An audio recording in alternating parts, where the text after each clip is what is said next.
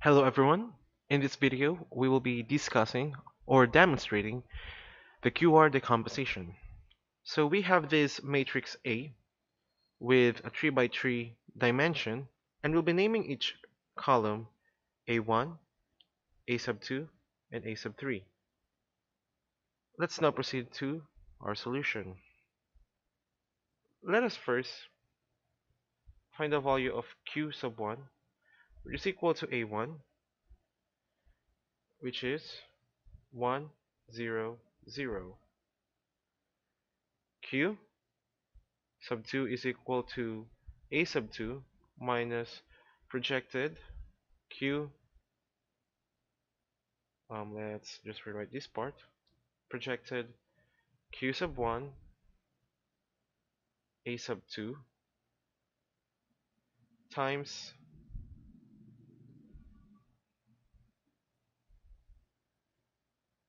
Q sub 1.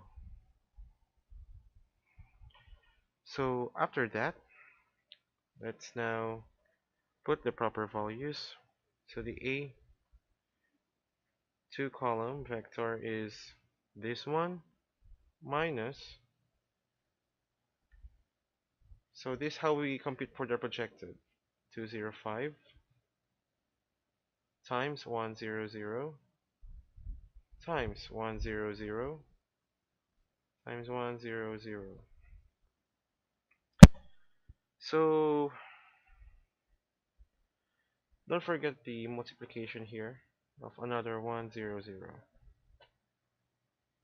Simplifying this one, we will get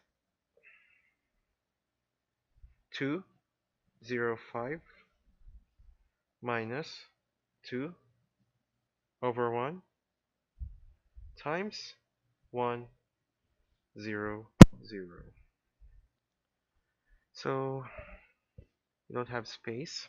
Let me just clean this up. If simplifying that, we will be arriving to this another column vector 200. We could now operate this straight away, and we'll get the Q sub 2 as 0, 0, and 5. 2 minus 2 is equal to 0, 0 minus 0 is 0, 5 minus 0 is 5. So we arrive here at our Q2.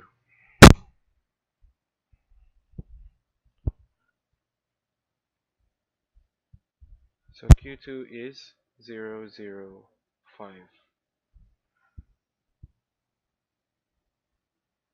So the Q sub 3 is A3 minus projection Q1 A3 minus projection Q2 A3. So how we solve for Q2 will be the same way as for the Q sub 3, but we have additional terms in the solution. But the steps are pretty the same, and so we will be arriving to this value of Q3 of 0, 7, and 0. So that's the first part of our solution. The second part is forming the orthonormal matrix. So orthonormal now. So we have this formula for this Q sub 1 and the norm of Q. Same goes for the Q sub 2. So these two parallel lines means norm. So we will delve into that later much more. So how do we find that? For example, the this. So this is our Q1. It is simply like squaring the values inside the square root. the addition, the sum of the squared values, then square root, much like a Pythagorean theorem. But we call this a norm, according to one book. And this norm of Q1 is clearly equal to 1. Same goes to the Q2 and Q3, their norms. Same calculations. What are their values? So the value is 5 and the value is 7 because clearly they are the only values there. So even though we squared them, we still had their square root. So they return back to their original values. So it's like we've got the got them out of being a column vector. And through the norm, we gained the values 1, 5, and 7. So now, what we will do is we will operate these three. So I'm just going to do 1, and you could do the rest. So the value or q a value for the q sub 1, if you remember, is what?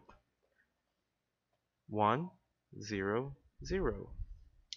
Then we will divide this by the value of this, which is what? Which is, yeah, 1. So we'll be having this vector 1 divided by 1 is 1. 0 divided by 1 cannot is rather 0. Then 0 divided by 1 is 0 and 0. We have this new. So it's like identical. But when we do these two, we'll get other answers, but still it just plays between 1 and zeros. So you could do that on your own. And I'll show this to you later. So after that, I hope you're taking notes though, because we have only a small whiteboard, and so I keep on erasing what I'm writing. We have this formula A is equal to QR. If we multiply um, both sides by Q raised to T, we will get QTA is equal to QR. So this is like transpose. If you have watched already the episode of Cholesky decomposition, it's like transforming our our lower triangular matrix into an upper triangular matrix. So it's transposition, okay? So if we multiply that to, this is basically equal to 1. Therefore, we will arrive to this formula QTA is equal to R. So that is what we will be doing.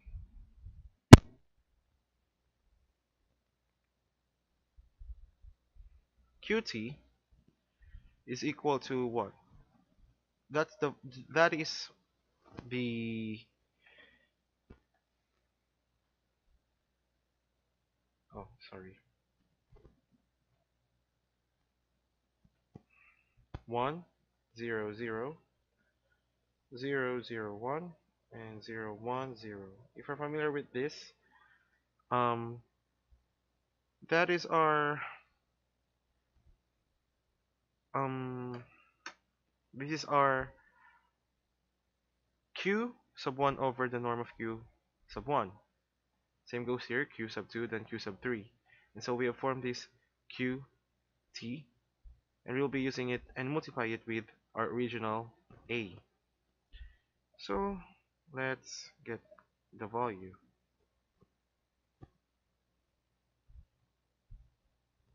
So if we multiply this, if you know how to multiply two vectors, rather two matrices, then you will get the value. So I'm not going to do that because it takes a long method, but still we will arrive to this answer. R is equal to 1, 2, 6, 10, 5, and 12, 7. What you can notice here is that it was reduced to an upper triangular matrix, and therefore we could find the roots by using this matrix. You know, having a augmented matrix with the constants, therefore we could have the values for r, x, y, and z, or x sub 1, x sub 2, and x sub 3. And we now have decomposed the original matrix through the QR decomposition method. And at this point, we have just solved it.